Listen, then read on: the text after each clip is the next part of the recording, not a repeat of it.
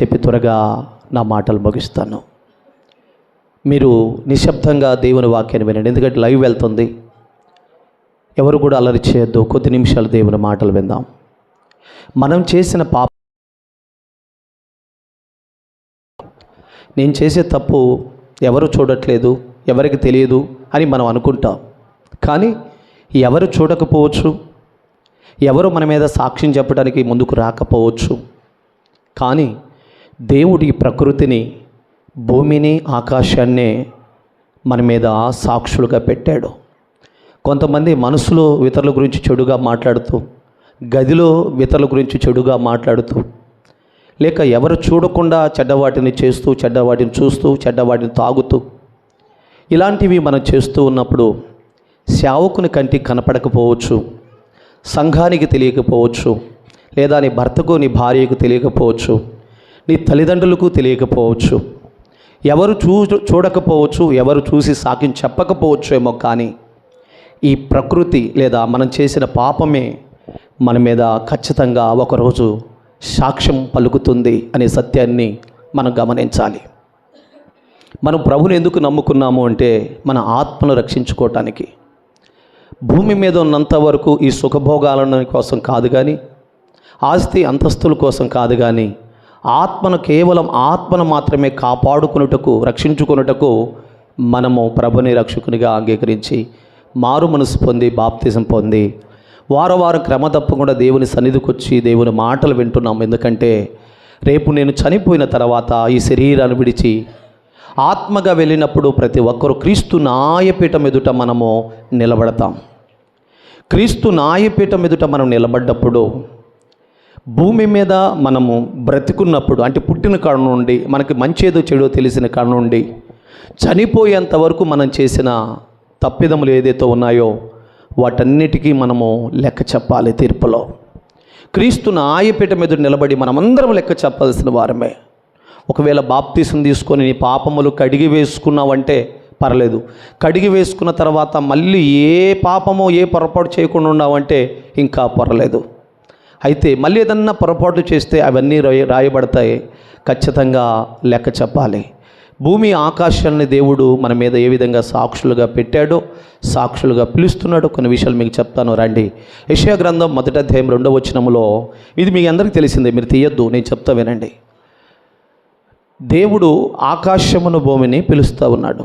ఆకాశమా ఆలకించు, భూమి చెవియొగ్గుము, నేను పిల్లలను కని గొప్పవారిని చేస్తే వారు నా మీద తిరుగుబాటు చేశారు అనే విషయాన్ని చెప్తా ఉన్నాడు. సాధారణంగా మనం ఈ విషయాన్ని చూసినప్పుడు మనకి ఏమనిపిస్తుందంటే, మన కొడుకులను పెంచి గొప్పవారిని చేసిన తర్వాత వారు మన మాట వినకపోతే ఆ తల్లిదండ్రులు పక్కనున్న బంధువులకు, స్నేహితులకు చెప్పుకుంటారు, చూసావా వదినా, చూసావా అన్న, వాడిని పెంచి పెద్దోడిని చేస్తే వాడు కాళ్ళు చేతులు వచ్చినాక, రెక్కలు వచ్చినాక, ఉద్యోగం వచ్చినాక, లేక జాబ్ వచ్చిన తర్వాత తల్లిదండ్రులు పక్కన పెట్టేసి వెళ్ళాడు, మమ్మల్ని నిర్లక్ష్యం చేస్తున్నాడని ఆ గోడు చెప్పుకున్నట్లుగా, పక్కవారికి చెప్పుకున్నట్లుగా ప్రభు ఆకాశానికి, భూమికి చెప్పట్లేదండి. మరి ఏం చెప్తున్నాడు భూమికి, ఆకాశానికి అంటే, నీవే వారు చేసిన తప్పిదములకు సాక్ష్యమో అని వారిని, లేదా భూమి ఆకాశాలని మన మీద సాక్షులుగా దేవుడు పిలుస్తున్నాడు. దానికి ఆధారం ఏమిటి అని మీరు ఆలోచన చేస్తే, ద్వితోపదేశకాండము ఒకసారి మీరు చూడండి, 30వ అధ్యాయము 19వ వచనం ఒకటి తీయండి త్వరగా. ఏబు గ్రంథము 20వ అధ్యాయము 27వ వచనాన్ని కూడా, ఈ రెండు త్వరగా మీరు తీస్తే నేను చెప్తాను, జాగ్రత్తగా ఆ మాటలు నేర్చు. నేడు జీవమును, మరణమును, ఆశీర్వాదమును, శాపమును నేడు నీ ఎదుట ఉంచి భూమి ఆకాశములను మీ మీద సాక్షులుగా పిలిచి ఉన్నాను అంటున్నాడు. ఎవరి మీద సాక్షులు అంటే భూమి, ఆకాశం? సరే, మనము లోకములో ఉన్న మనుషులకు తెలియకుండా ఏ పాపమైనా ఏదైనా చేయొచ్చేమో. భూమి ఆకాశము లేకుండా, భూమి ఆకాశమునకు కనపడకుండా ఏ పొరపాటైనా చేయగలమా? చెప్పండి. మనుషులు కనపడకుండా ఏ పొరపాటు, ఏ తప్పిదేమో చేయగలమేమో. కానీ దేవుడు మన మీద సాక్షులుగా పిలిచిన భూమిని, ఆకాశాన్ని, మొదటి యెషయా గ్రంథములో ఆకాశమా ఆలకించుము, భూమి చెవియొగ్గుమను అంటే దేవునికి ఆకాశము భూమి లోబడుతుంది, ఆయన మాటలు వింటుంది. ఎందుకు వాటిని పిలుస్తున్నాడంటే, నేను పిల్లల కన్నాను, గొప్పవారు చేశాను, వారు నాకు వ్యతిరేకంగా ఉన్నారు, నా బాధ ఒకసారి ఆలకించమని కాదు, కానీ వారి మీద మిమ్మల్ని సాక్షిగా నిలబెడుతూ ఉన్నాను, వారు చేసే ప్రతి తప్పిదమునకు నీవే సాక్షివి అని భూమి ఆకాశానికి తెలియజేస్తూ ఉన్నాడు. ఇక యోబు గ్రంథం 20 అధ్యాయము 27 వచనాన్ని మనం చూడగలిగితే అక్కడ ఒక మాట అంటున్నాడు, ఆకాశము వారి దోషమును బయలుపరచును, భూమి వారి మీదకి లేచును అనే పదాన్ని మీరు అండర్లైన్ చేసుకోండి. రేపు సాక్షిగా లేచును. ఈ దేహమును విడిచి ఆత్మగా నీవు కుటుంబాన్ని విడిచి సమస్తాన్ని విడిచి వెళ్ళినప్పుడు, క్రీస్తు న్యాయపీఠం దగ్గరికి వెళ్ళినప్పుడు, ఈ శరీరముతో చేసిన ప్రతి కార్యమునకు మనము దేవుని దగ్గర లెక్క చెప్పవలసి ఉన్నది. ఒకవేళ నేను చేయలేదు ప్రభువా అని ఒకవేళ బొంకటానికి లేకపోతే తప్పించుకోవడానికి ప్రయత్నం చేయడానికి అవకాశమో లేదు. ప్రేమను బిడ్డలారా, ఆకాశము వారి గురించి వారి యొక్క దోషములు బయలుపరుస్తుందట, దేవునికి తెలియజేస్తుందట. భూమి వారికి ఎదుటుగా సాక్షిగా లేస్తుందట, వ్యతిరేకంగా సాక్ష్యము. ఆలోచించారా ప్రేమైన దేవుని సంగమా? నేను అందుకే అంటుంటాను, క్రైస్తవ భక్తి చేయాలంటే చాలా ధైర్యము కావాలి. అన్ని భక్తులు చేయొచ్చు ఎట్టబడతలాగా, కానీ దేవుని ఈ క్రైస్తవ భక్తి విషయంలో బహు జాగ్రత్తగా ఉండాలి. చూపు విషయంలో, నడక విషయంలో, మాట విషయంలో, పడక విషయంలో, ప్రతి విషయంలో కూడా దేవుడు చూస్తూ ఉన్నాడు. 100 కార్యక్రమం ఉంది కదండి, కీర్తన గ్రంథంలో అంటాడు కదా, 139వ కీర్తన ఏమని చెప్తాడు చూడండి ఒకసారి, నేను కూర్చుండుట నేను లేచుట నీకు తెలుసు ప్రభువా అని అన్నాడా లేదా? కీర్తనకారుడు ఏమంటాడు చూడండి ఒక మాట, నా నడకను నా పడకను నీవు పరిశీలన చేసి నా చర్యలన్నిటిని అంటే నేను చేసే ప్రతి కార్యం, దినచర్య, నేను చేసే ప్రతి పని కూడా నీకు తెలుసు ప్రభువా అని ఎవరంటున్నారు? కీర్తనకారుడు తెలియజేస్తూ ఉన్నాడు. నేను కూర్చుండుట లేచుట నా నడక నా పడక సమస్తమును వెరిగి ఉన్నావు. అవునా కదా? దేవునికి తెలియదు ఏదైనా ఉందంటారా? కనులిచ్చి చూడమన్న దేవుడు కానకుండా ఉంటాడా? రేపు శిక్షించకుండా మానుతాడా? దేవునికి భయపడాలి, మన మనసులకు కాదండి. దేవుడు చూస్తున్నాడు అనుకుంటే ఏ వ్యక్తి ఏ పొరపాటు చేయలేడు. ఇది దేవుడు చూస్తున్నాడు, రేపు దేవుడు నన్ను శిక్షిస్తాడు అనుకుంటే ఏ వ్యక్తి గురించి కూడా ఒక చెడు మాట కూడా పలకలేడు. దేవుడు నన్ను తీర్పులోకి తీసుకొచ్చినప్పుడు వీటన్నిటిని వరుసగా నిలబెట్టి వరుసగా చూపించి దేవుడు నన్ను లెక్క అడుగుతాడు అనుకున్న వ్యక్తి ఏ వ్యక్తి కూడా తన నాలుకతో తన నోటితోరా ఒక్క మాట కూడా ఒక వ్యక్తిని అనలేడు. ప్రేమను బిడ్డలారా, అది గుర్తుపెట్టుకోండి. సరే, నీట వచ్చినట్టుగా మాట్లాడుతున్నావులే, ఇప్పుడు ఎవరు చూస్తున్నారులే అనుకుంటే అది నీ పిచ్చి పొరపాటండి. దేవుడు ప్రతి దానికి లెక్క గడతా ఉన్నాడు.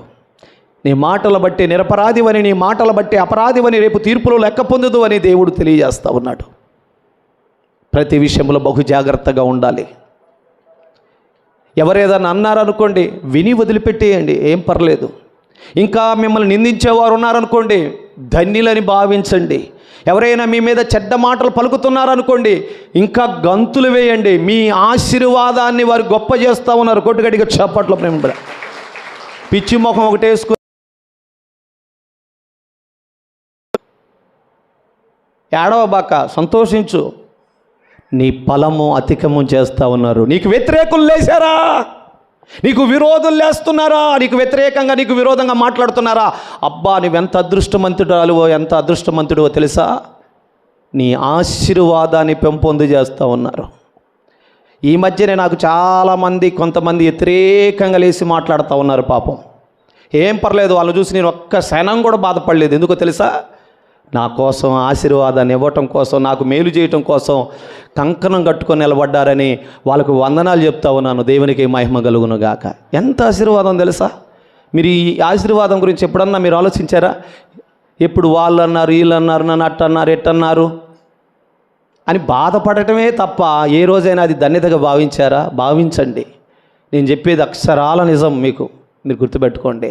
దేవుడే చెప్పాడు, సంఘము పెరుగుతున్నప్పుడు, సంఘం డెవలప్ అవుతున్నప్పుడు మీరు వాడబడుతున్నప్పుడు అనేకులు వ్యతిరేకులుగా లేస్తారు, అయినా వారి వైపు చూడొద్దు, నా వైపు చూడమని దేవుడే చెప్పాడు. గొట్టుగడిగా చప్పట్లు ప్రేమను బిడ్డలారా. సైతాన్ని వారిలో నింపుకుందండి. సైతానికి ముద్దు బిడ్డలు వాళ్ళ వైపు చూసి నువ్వెందుకు కుంగిపోతావు, వాళ్ళ వైపు చూసి నీ విశ్వాసంలో ఎందుకు కోల్పోతావు. వారిని కూడా చూస్తున్నాడు దేవుడు. వారు సీక్రెట్గా మాట్లాడుతున్నవి గోడలు వింటలేదా? మీకు తెలుసా గోడలకు కూడా చెవులు ఉన్నాయంట. అప్పుడప్పుడు అంటారు చిన్నగా గోడలకు చెవులు ఉన్నాయంటారు కదా. తెలియక మీరు నిజమే మాట్లాడతారండి. మీరు ఎంత మంచోలో పాపం తెలుసా? నిజం. గదిలో ఉన్న గోడల్లో రేపు ఇవన్నీ సాక్ష్యాలండి. నీ గురించి నేను ఏదైనా చెడుగా మాట్లాడితే అక్కడ ఎవరు లేకపోయినా ఆ గోడల్లో రాళ్ళు రేపు మన సాక్ష్యం ఇస్తాయండి. అందుకే ప్రసంగి గ్రంథంలో అంటాడు, మీరు గదిలోనైనాను మనసులోనైనాను ఎవరిని శపించొద్దు, ఎవరి గురించి చెడుగా మాట్లాడుతున్నాడు. ప్రసంగి 10:20 వచ్చిన చదవండి ఒకసారి. నేను చెప్పేదని వాస్తవాలండి, మీరు ఒకసారి గమనించండి. మీ మనసులోనైనాను రాజును శపించవద్దు, మీ పడక గదిలోనైనాను. అబ్బబ్బబ్బబ్బా ఏం చెప్పాడండి, రాశాడండి. చూడండి, ఎవరిని కూడా మీరు శపించవద్దు, దూషించవద్దు, వారికి వ్యతిరేకంగా నిలబడి చెడు మాటలు మీరు పలకొద్దు. అవి ఖచ్చితంగా దేవునికి తెలుస్తాయర్రా.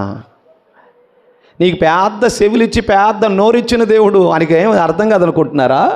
కనులిచ్చిన దేవుడు కానకుండా ఉంటాడు అనుకున్నారా? వీటన్నిటికి లెక్క చెప్పాలి. నిజంగా దేవుని భయం ఉన్నవాడు ఎవరినైనా శత్రువునైనా ఇంకొక మాట అనటానికి భయపడతాడండి. భయమేనండి భక్తి. దేవునికి మహిమ కలుగును గాక. ఇష్టానుసారంగా మాట్లాడితే అది భక్తి కాదు. బైబిల్లో యాకోబు గ్రంథంలో అన్నాడు, తన నోటికి కళ్ళెము పెట్టుకోకుండా నేను భక్తిని చేస్తున్నాను అంటే ఆ భక్తి వ్యర్థమే అన్నాడండి. అంటే మట్టిలో పోసిన పన్నీరు లాంటిది అన్నాడండి. ఆలోచించండి రా, మీరు ప్రతి విషయంలో జాగ్రత్తగా ఉండాలన్నది నా ఉద్దేశం. దేవుని ఎదుట కరెక్ట్గా ఉండాలన్నది నా ఉద్దేశం. అందుకనే దేవుడు మాట్లాడుతూ ఉన్నాడు.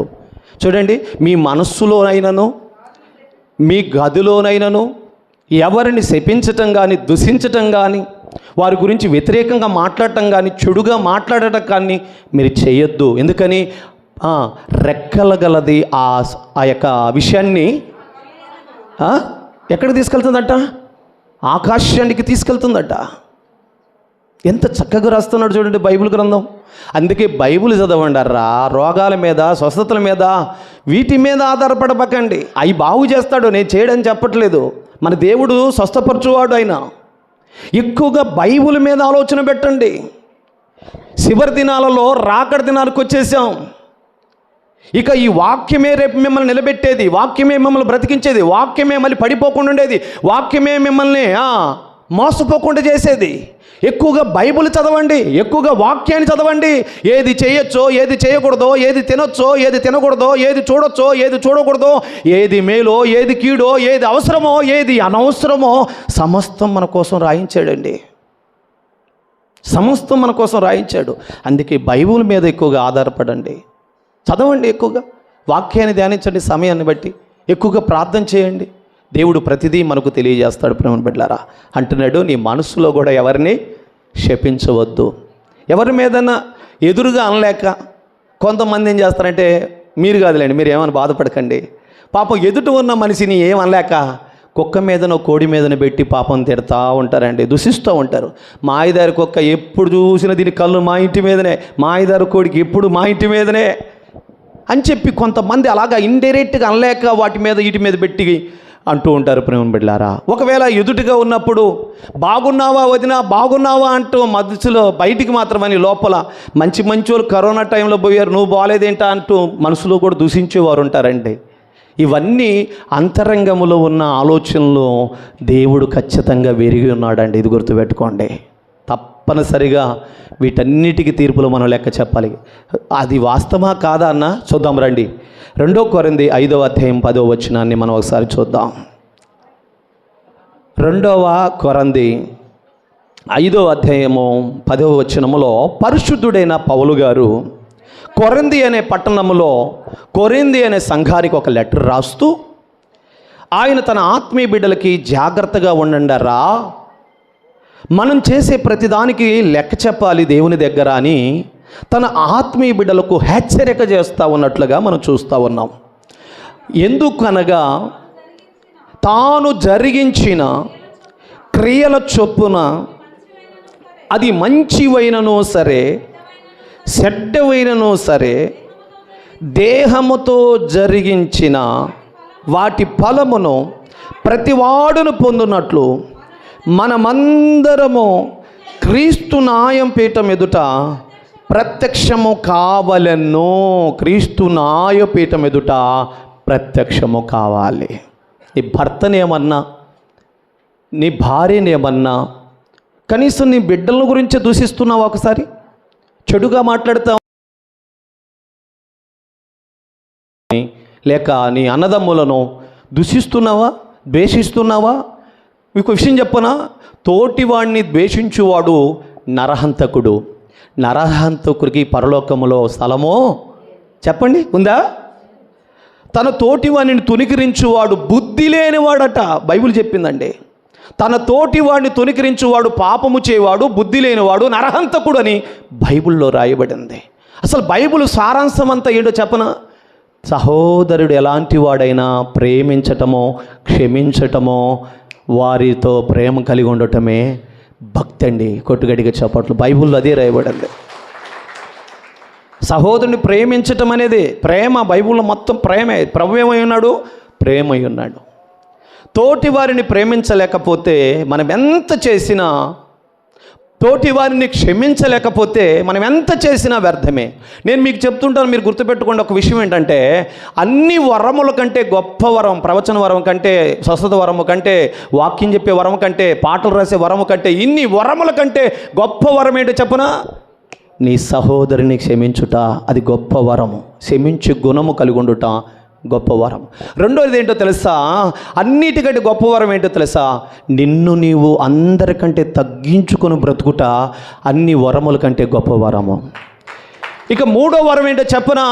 వాడు ఎంత దుర్మార్గుడు కానీ, నీ శత్రువు కానీ, అలాంటి వాణిని ప్రేమించుట ఈ వరముల కంటే గొప్ప వరం అండి. ఇది కొట్టుగడిగా చప్పట్లు ప్రేమ బిడ్డలారా. ఇన్ని వరాలు ఉన్నాయి, ఎన్ని వరాలు వదిలిపెట్టేసి నాకు ఆ వరం కావాలి, ఈ వరం కావాలని కోరుకుంటున్నాం ప్రేమ బిడ్డలారా. నువ్వెంత గొప్పవాడివైనా తప్పు చేస్తే, ఒకవేళ ఆ తప్పు నీకు అనిపిస్తే ఆ వ్యక్తి దగ్గరికి వెళ్ళి క్షమాపణ అడగటంలో గొప్ప ఘనత ఉంది. నువ్వు ఆడ తగ్గించుకున్నావంటే నువ్వు వెచ్చించబడ్డావని అర్థం. గర్వపడుతున్నావా సుమా? నీ నాశనము నీ చేతులతో నీవే ప్రారంభించుకున్నావు. రిబ్బన్ కటింగ్ చేసి ప్రారంభించావని అర్థం. ఏం చూసి గర్వపడతావండి అసలు? పెద్దలను గౌరవించాలి, నీ భర్తను గౌరవించాలి, నీ అత్తమామలు గౌరవించాలి. ఇష్టం వచ్చినట్లుగా మాట్లాడుతూ కన్ను మిన్ను కాన్ రాకుండా ఏదో పైనుంచే ఊడిపడ్డట్టు, లేకపోతే అన్నీ నేర్చుకొని వచ్చినట్లు, లేకపోతే అందరికంటే ఏదో తెలివి గలలాగా, జ్ఞానం కలిగిన వాళ్ళగా కొంతమంది గర్వపడుతుంటారు. అది నీ నాశనానికి జాగ్రత్త. అది నీ నాశనం ప్రారంభమవుతుంది. బైబిల్ ఏమని చెప్పండి? గర్వము, నాశనమునకు ముందు ఏం నడుస్తుందంట? గర్వము. నేను నేర్చుకుంది ఇదే ప్రేమ బిడ్డలారా, మీకు నేర్పుతున్నాను, నా ఆత్మీయ బిడ్డలు కాబట్టి. ఎక్కడ కూడా ఏ విషయంలో కూడా అతిశయపడటం కానీ, గర్వపడటం కానీ, నేను ఒకవేళ ఏదన్నా పొరపాట్లు ఏదన్నా హెచ్చించుకుంటామోనని ముందే ప్రార్థన చేసుకుంటాను. ఎవరైనా సేవకులుగా నేను బోడబడుతున్నానని చెప్పి అందరికంటే ముందుగా సభలో ఉన్నప్పుడు ముందు కూర్చుంటారు. నేను వెళ్ళి నేనైతే అందరికంటే వెనక కూర్చుంటాను. ఎవరు కనపడకుండా ఉండాలి ప్రభువా, ఎవరు నన్ను పిలవకుండా ఉండాలి ప్రభువా, ఎవరు నేను స్టేజీ మీద చూడాలని నేను ఉండాలని నేను ఏ రోజు అనుకున్నాను. నన్ను పిలవలేదే, నాకు పాటకి లేదే, నా వాక్యానికి లేదే, నేను ఎంత గొప్ప సేవకుడిని, నన్ను పిలవలేదని ఎప్పుడు అనుకోను. ఎందుకంటే తెలుసా, మనం తగ్గించుకొని ఉంటే మన దేవుడు ఖచ్చితంగా మనల్ని హెచ్చిస్తాడు. అలబడి గట్టిగా. ఇదే ఫార్ములా మనం నేర్చుకోవాల్సినది. నువ్వు గొప్పోడు కావాలంటే ముందు ఏం చేయాలి తెలుసా? లోబడే మనస్తత్వం నీకు ఉండాలి, తగ్గింపు స్వభావం నీకు ఉండాలి. ఇతరుల మీద సాడీలు చెప్పే తత్వము, ఇతరుల మీద చెడుగా ఆలోచించే తత్వం మనలో ఉండకూడదు. ఈరోజు నాకు 100% అలాగనే ఉన్నారు ప్రేమ బిడ్డలారా. నేను రాత్రి చెప్పాను, 1000 మంది సంఘములో దేవుడు ఒకవేళ పరీక్షిస్తే, పరీక్ష పెడితే అందులో పాస్ అయ్యేది 10 మంది మాత్రమే పరలోకానికి. ఎందుకని అలా అన్నావు అని నన్ను అడిగితే ఒక మాట చెప్తా వినండి.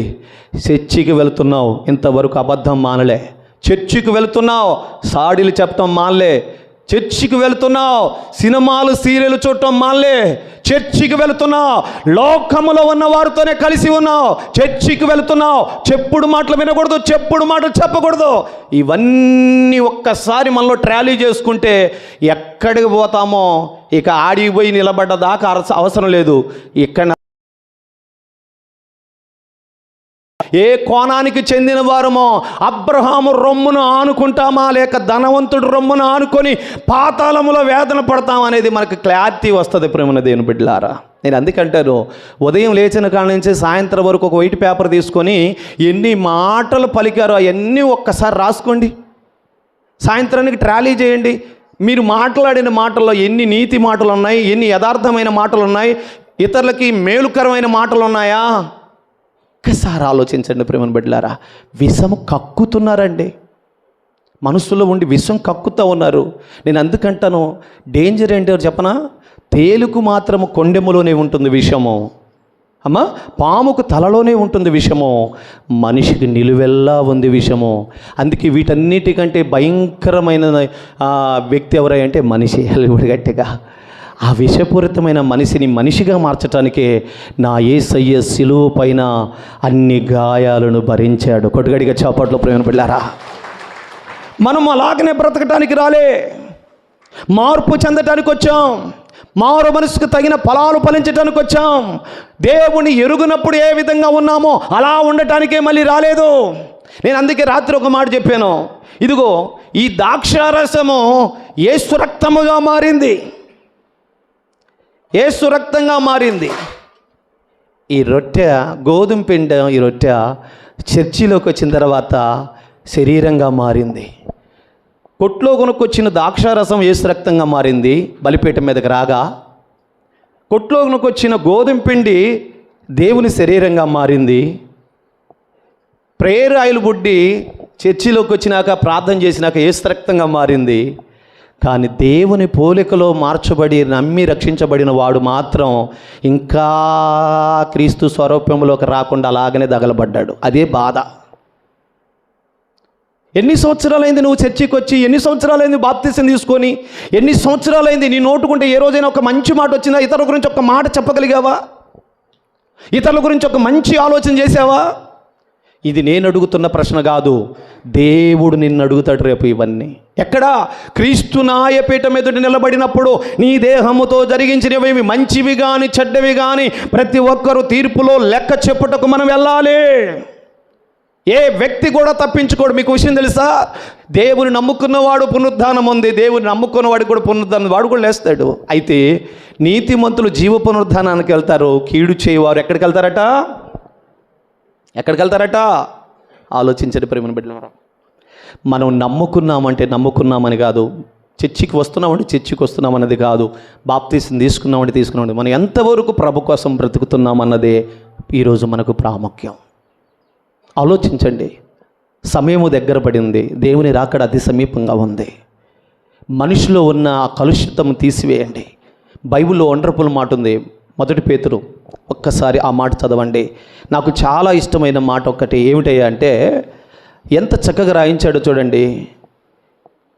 1 పేతురులో ఒక మాట రాయబడిందండి. ఆ మాటను మనం చదువుకొని ముందుకెళ్దాం ప్రేమ బిడ్డలారా. దేవుడు వాక్యం ద్వారా మనందరితో సూటిగా మాట్లాడుతున్నాడు. మార్పు చెందవా నీవు, మార్పు చెందవా, నీ మనసు మార్చుకోవా, అనుకూల సమయం ఇది ఏనని ఎరిగి మారు మనసును పొందవా, మార్పు చెందవా నీవు, మార్పు చెందవా, నీ మనసు మార్చుకోవా, అనుకూల సమయం ఇది ఏనని ఎరిగి మారు మనసును పొందవా. ఎన్నాళ్ళు నీవు జీవించినా గాని ఏమున్నది ఈ లోకములో, ఇన్నేళ్ళు నీవు చేసిన క్రియలన్నిటికీ తీర్పున్నది పైలోకములో. ఎన్నాళ్ళు నీవు జీవించినా గాని ఏమున్నది ఈ లోకములో. ఇన్నేళ్ళు నీవు చేసిన క్రియలన్నిటికీ తీర్పున్నది పైలోకములో. నా మందున ఆయన ఎదుట నిలిచే ధైర్యం నీకుందా. తీర్పు దినమందున ఆయన ఎదుట నిలిచే ధైర్యం నీకుందా. నిలిచే ధైర్యం నీకుందా.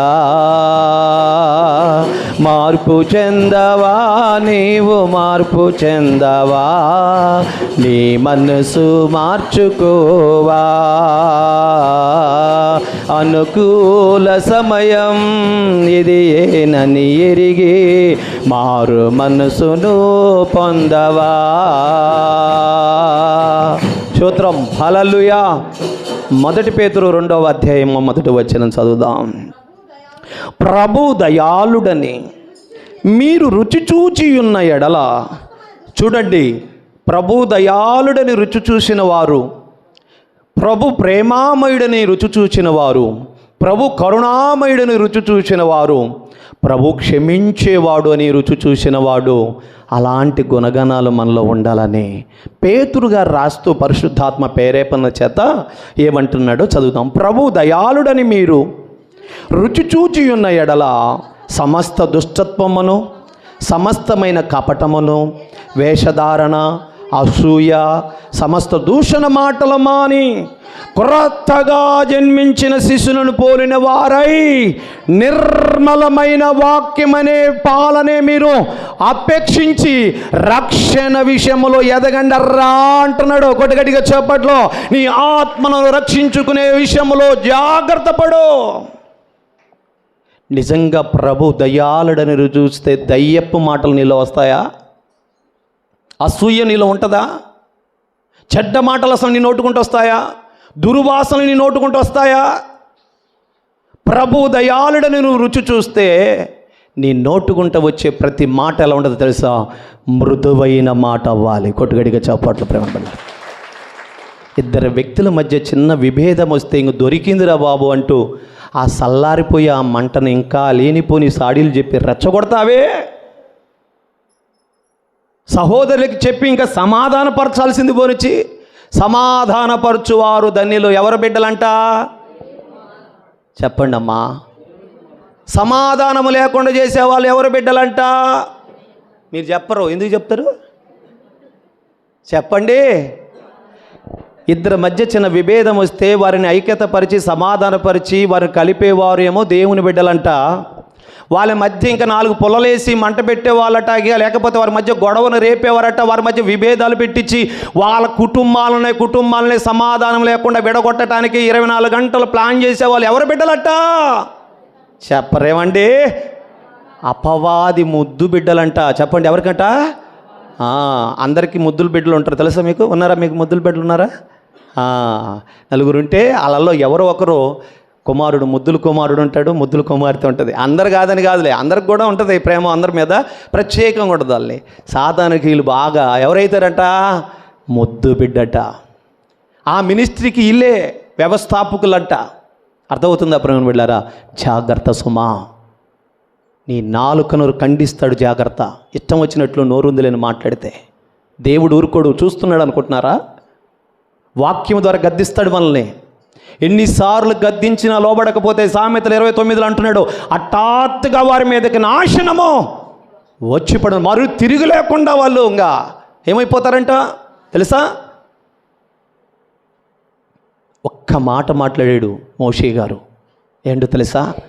బండతో మాట్లాడయ్యా అన్నాడు. ఫస్ట్ బండను కొట్టయ్యా, నిలుస్తానన్నాడు.